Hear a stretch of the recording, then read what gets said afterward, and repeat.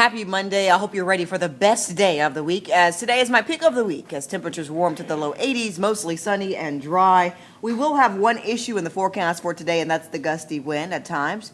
Through the afternoon and the evening hours, winds gust at 25 to 30 miles per hour. Overnight tonight, we'll see some showers and storms slide in. That means tomorrow morning, you'll have a damp commute. Not raining all the time, but definitely getting in on a few showers and storms, mainly south of Interstate 70.